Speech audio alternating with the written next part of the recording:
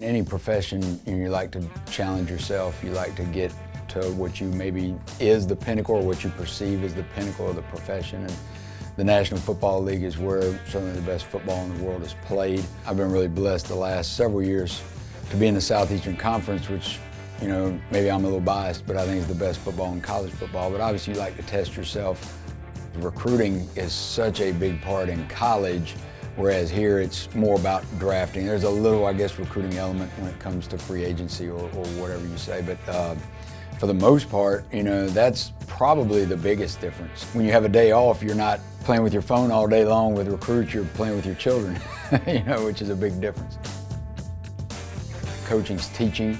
You're trying to teach not only the what, but the how, and in some cases the why. You know, the games are kind of a byproduct of everything that happens now, so you really love this time of the year where you're doing all the techniques, you're kind of going through the installations and all that.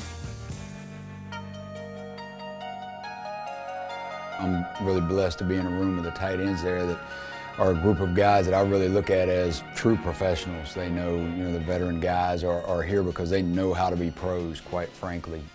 You know, they've earned everything and worked for everything they've gotten. They're always trying to help the two rookies, you know, kind of just, if it's just showing them how to work, how to approach the day-to-day job of it.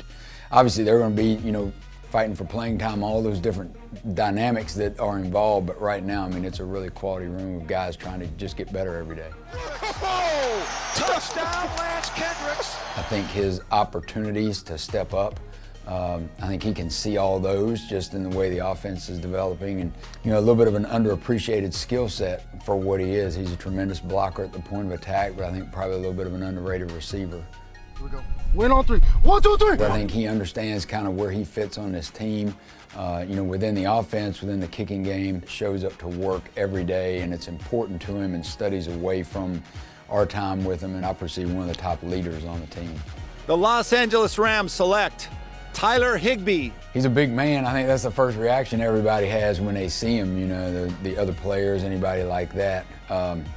He's a guy that went through some coaching changes in college, so he was exposed to a lot offensively. So I think from a learning curve, he picks up things pretty quickly. You know, obviously the speed of the game changes. I don't know how much he or Temmarick have really experienced that completely yet because they haven't gone out there and gone against anybody else.